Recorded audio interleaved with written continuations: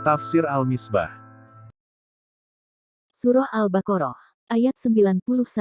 Dan apabila dikatakan kepada mereka, berimanlah kepada apa yang diturunkan Allah, mereka berkata, kami beriman kepada apa yang diturunkan kepada kami. Dan mereka kafir kepada selainnya, sedang dia itu adalah yang hak, membenarkan apa yang ada pada mereka.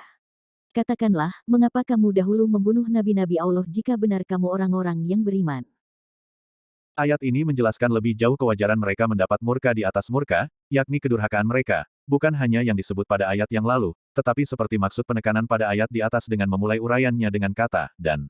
Di samping kedurhakaan yang lalu, juga ada kedurhakaan mereka yang lain, yaitu, dan apabila dikatakan kepada mereka, berimanlah kepada apa yang diturunkan Allah, yakni Al-Quran, melalui Nabi Muhammad SAW, mereka berkata, kami hanya akan tetap beriman kepada apa yang diturunkan kepada kami, yakni apa yang disampaikan oleh Nabi Musa, yaitu Taurat.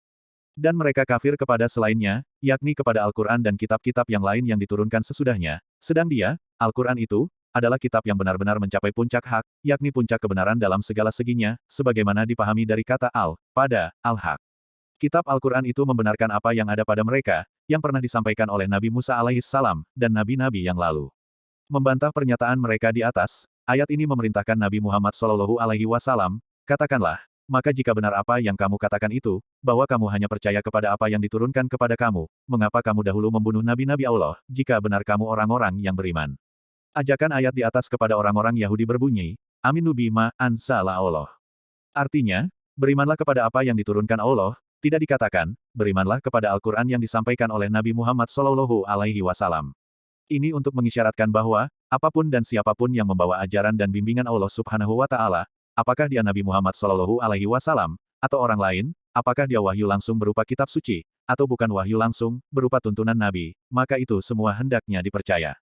Hal itu juga untuk menghindari penyebutan nama Nabi Muhammad yang mereka benci itu.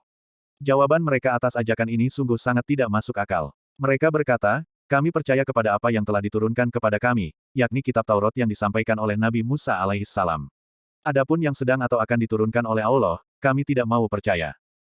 Sebelum menyanggah ucapan mereka, perhatikan ketelitian dan objektivitas Al-Quran. Penggalan kalimat, wa yakfuruna bima waro'ah, artinya, dan mereka kafir kepada selainnya, yakni mereka kafir kepada Al-Quran dan seterusnya. Kalimat ini tidak dimasukkan Al-Quran dalam ucapan mereka. Ini hanya komentar Allah, karena mereka tidak mengucapkan seperti itu. Sanggahan ucapan mereka baru dikemukakan sesudah itu, yakni, kalau kalian percaya kepada apa yang diturunkan untuk kalian, maka mengapa kalian selama ini membunuh, atau bermaksud membunuh nabi-nabi, kalau memang kalian orang-orang beriman. Sekali lagi, perhatikan juga kata min koplu, yang artinya, sebelum ini, yang maksudnya adalah sebelum Nabi Muhammad SAW.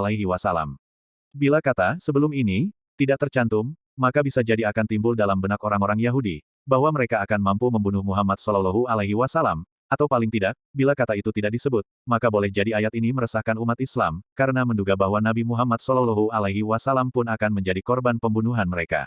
Dengan demikian, penegasan Al-Quran dengan kata, sebelum ini, memberi ketenangan kepada Nabi Muhammad SAW dan seluruh sahabat beliau, sekaligus menjadi bukti kebenaran Al-Quran untuk generasi sesudah mereka, bahwa sejak dini Al-Quran telah menegaskan bahwa Nabi Muhammad SAW tidak akan dibunuh oleh orang Yahudi atau siapapun.